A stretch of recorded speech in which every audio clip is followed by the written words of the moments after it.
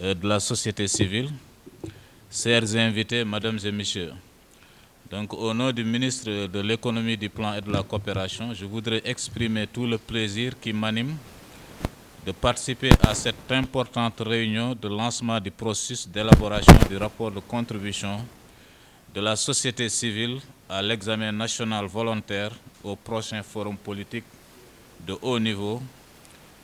2022 prévu du 5 au 15 juillet 2022 à New York. Je profite de l'occasion qui m'est offerte pour féliciter le président de la CASC, M. Ibrahima Fall, et l'ensemble des composantes de la société civile pour le travail important de veille et de contrôle citoyen que vous êtes en train de déployer sur le terrain pour une mise en œuvre efficace et efficiente des politiques publiques et une meilleure visibilité des actions du gouvernement. Mesdames et messieurs, comme vous le savez, cette haute instance d'examen et de suivi des objectifs de développement durable que constitue le forum politique de haut niveau va servir à notre pays pour la deuxième fois depuis 2018 de plateforme pour échanger sur les bonnes pratiques et partager son expérience en matière de suivi et de mise en œuvre des objectifs de développement durable. La thématique centrale de ce forum portera sur mieux reconstruire après la maladie à coronavirus, tout en faisant progresser la mise en œuvre intégrale de l'agenda 2030 pour le développement durable. Ainsi, un examen approfondi sera fait sur 5 ODD, notamment l'ODD 4 sur l'éducation, l'ODD 5 sur l'égalité des sexes, l'ODD 14 sur les écosystèmes marins, l'ODD 15 sur les écosystèmes terrestres et enfin l'ODD 17 sur le partenariat. Mesdames et messieurs, le gouvernement, dans le souci d'une plus grande efficacité et de transparence des politiques de développement, a mis en place le cadre harmonisé de suivi et évaluation des politiques publiques CAS qui a été institué en 2015 par décret présidentiel et qui accorde une attention particulière au suivi de la mise en œuvre de la politique économique et sociale de façon globale et particulièrement les objectifs de développement durable. Dans ce dispositif, la société civile continuera d'exercer son rôle de veille et de contrôle de l'action gouvernementale au niveau national et local. Je voudrais par la même occasion magnifier l'esprit inclusif et participatif de la société civile sénégalaise qui a prévalu depuis le début des années 2000 avec les programmes de lutte contre la pauvreté, notamment les DSRP 1 et 2, et dans le cadre de la mise en œuvre des OMD, Objectifs du millénaire pour le développement. Dans le même élan, je salue votre engagement et de l'intérêt que vous portez au suivi des politiques publiques et féliciter également notre partenaire, le PNUD, à travers le projet d'appui et d'amélioration de l'efficacité de la politique économique pour son appui constant et multiforme dans la mise en œuvre de la politique économique et sociale. Mesdames et messieurs, l'adoption des ODD est historique. Ils devront influencer le cours de l'humanité au cours des 15 prochaines années. Si nous voulons atteindre ces ODD, le gouvernement et la société civile, de même que les autres acteurs, doivent travailler ensemble afin de bâtir un partenariat dynamique et fort pour s'assurer que personne ne sera laissé en rade. C'est un principe fondamental pour la mise en œuvre des objectifs de développement durable, c'est-à-dire ne laisser personne sur le bord de la route. Nous sommes tous convaincus également que la société civile a un rôle crucial à jouer pour faire prendre conscience des ODD en les situant dans leur contexte local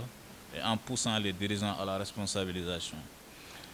Pour clore mon propos, je voudrais remercier le président de la commission des acteurs de la société civile, M. Fall, et l'ensemble des 7 pôles qui la composent pour leur implication et leur détermination dans la mise en œuvre du PSE et de l'atteinte des ODD. Je vous remercie de votre aimable attention. La pauvreté, l'égalité de sexe, l'éducation, la santé, entre autres. Ce nouvel agenda se caractérise également par la reconnaissance de liens intrinsèques entre les différentes thématiques. Leurs champs et leurs ambitions sont considérablement renforcés par rapport aux objectifs du millénaire pour le développement, qui a été mise en œuvre sur la période 2000 et 2015. Par ailleurs, la conférence des Nations Unies sur le financement du développement qui s'est tenue en juillet 2015 à Addis Abeba a permis de dégager un consensus international sur les mesures nécessaires pour permettre la mobilisation des financements en vue de la réalisation des ODD. Le Sénégal, à l'instar de tous les pays, doit mettre en œuvre l'intégralité de l'agenda et rendre compte annuellement du progrès réalisé. Au plan international, le suivi de l'agenda 2030 est systématisé à travers un forum politique de haut niveau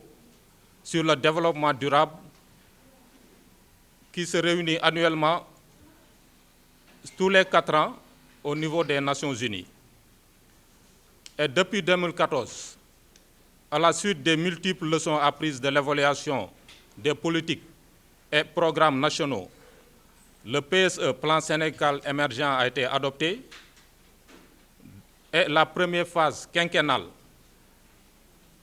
était réalisée de 2014 en 2018 et actuellement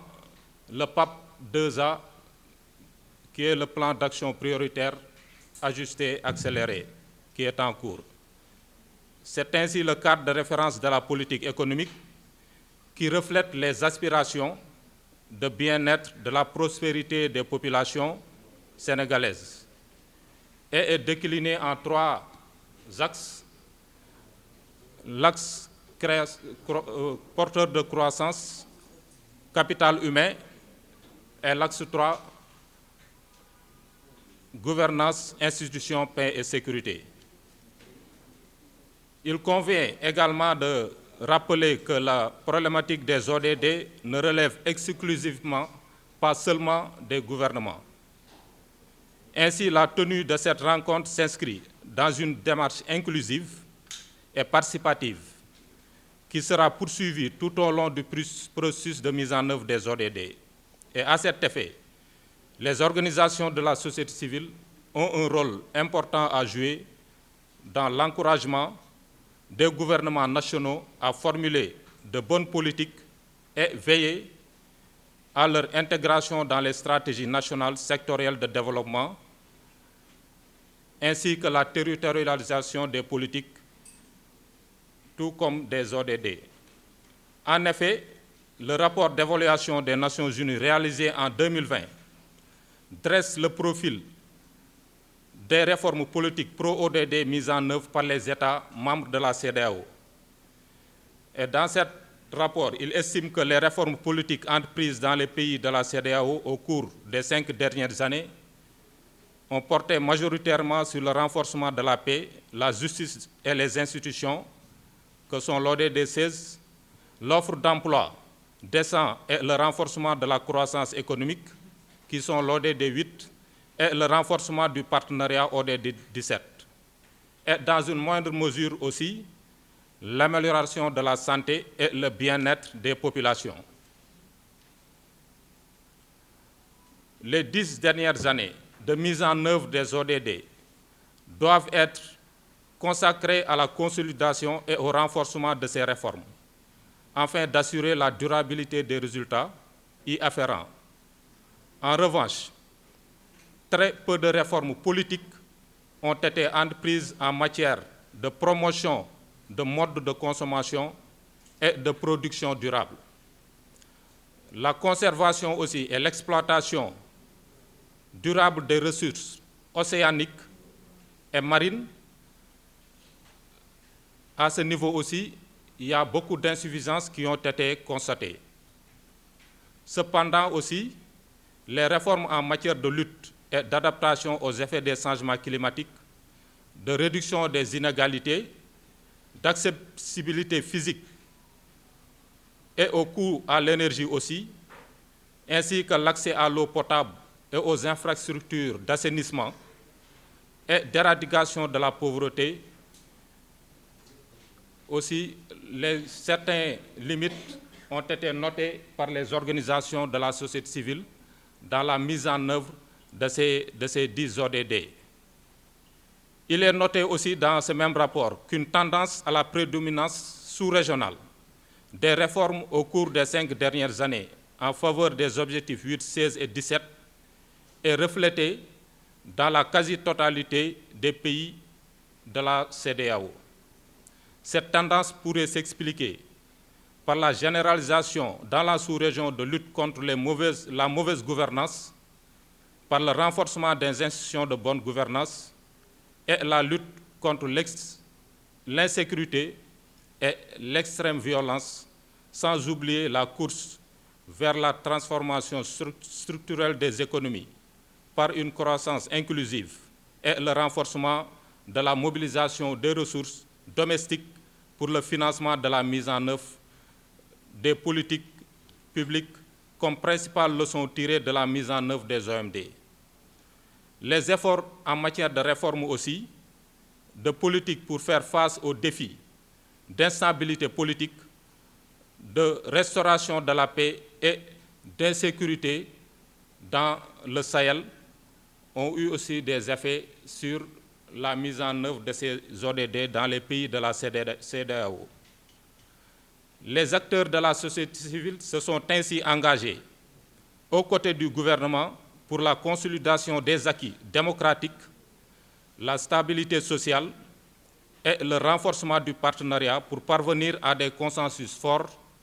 dans le domaine de l'action publique en jouant pleinement un rôle de contrôle citoyen.